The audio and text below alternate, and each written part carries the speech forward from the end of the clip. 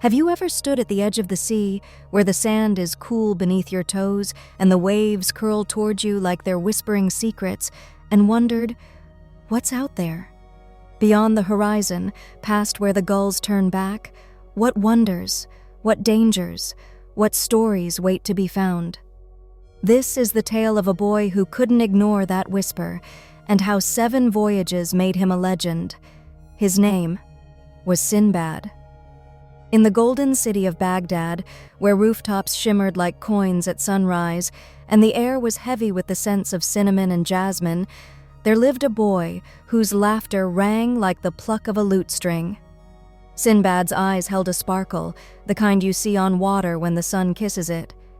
His family was wealthy, their home filled with silk and silver, but those things barely caught his attention. Gold could not quiet the hunger in his heart. He didn't crave riches, he craved stories, adventures, and the unknown. His father had been a merchant, a man who once crossed dangerous seas and returned with tales of mountains that breathed smoke and birds big enough to carry away an elephant. When his father passed, Sinbad found an old cedar chest tucked away.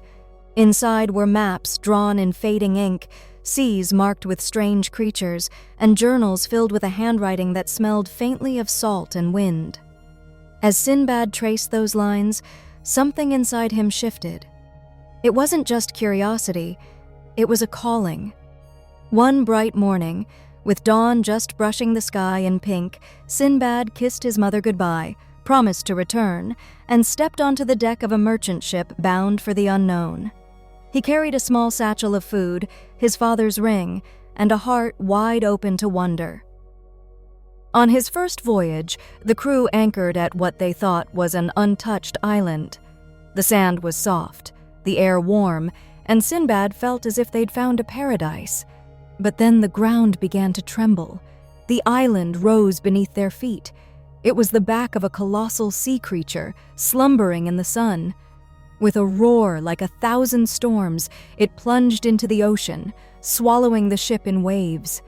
Sinbad was hurled into the sea, clinging to a piece of timber until the tide carried him to safety on a distant shore. There, a kind merchant nursed him back to health, giving him dates and honey before sending him home. When he returned to Baghdad, people asked if he'd had enough adventure. He only smiled.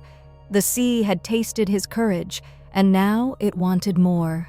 The second voyage brought crystal caves lit by moonlight and rocs, giant birds whose wings could block the sun.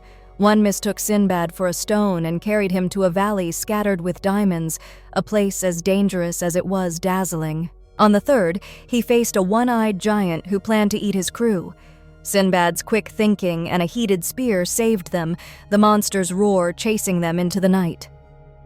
But his heart's most unexpected voyage began on his 4th journey. A sudden storm shattered his ship, and he washed ashore on an island ruled by a gentle king. Among the people there was Anisa, a quiet girl with eyes the color of deep water and a laugh that could soften the sharpest edges of a day. She showed him how to brew tea from moonflower petals, how to read the flight of birds, and in her presence, the restless tide within him seemed to calm. For the first time, Sinbad wondered if maybe adventure wasn't the only thing worth chasing. But the sea always calls its children back. A visiting merchant spoke of a hidden treasure buried on the Island of Whispers, only reachable during a rare lunar eclipse. Sinbad felt the old fire flicker inside him. As he packed, Anisa watched, her hands still, her voice low. "Promise me," she said. "Don't lose yourself to things that shine." The island was as the stories told. Shadowed cliffs, wind that sounded like voices, and treasure piled high enough to drown a man in gold and jewels. But as Sinbad filled his pack, the ground quaked. Rocks tumbled, the air split with a sound like the sea tearing in half. He escaped with his life, the treasure heavy on his back, but Anisa's words heavier still in his heart. When he returned, scraped and shaken, she touched his face and said softly, "I wasn't afraid you'd lose the gold. I was afraid you'd lose yourself." From then on, Sinbad's voyages changed. He still sailed. He could no more stop than the moon could stop pulling the tide, but he no longer hunted riches. He returned with seeds that could grow in desert sand, spices that healed fevers, and stories that lit up the eyes of children. On his final voyage, the sea tested him once more. A fog, thick as wool, swallowed his ship.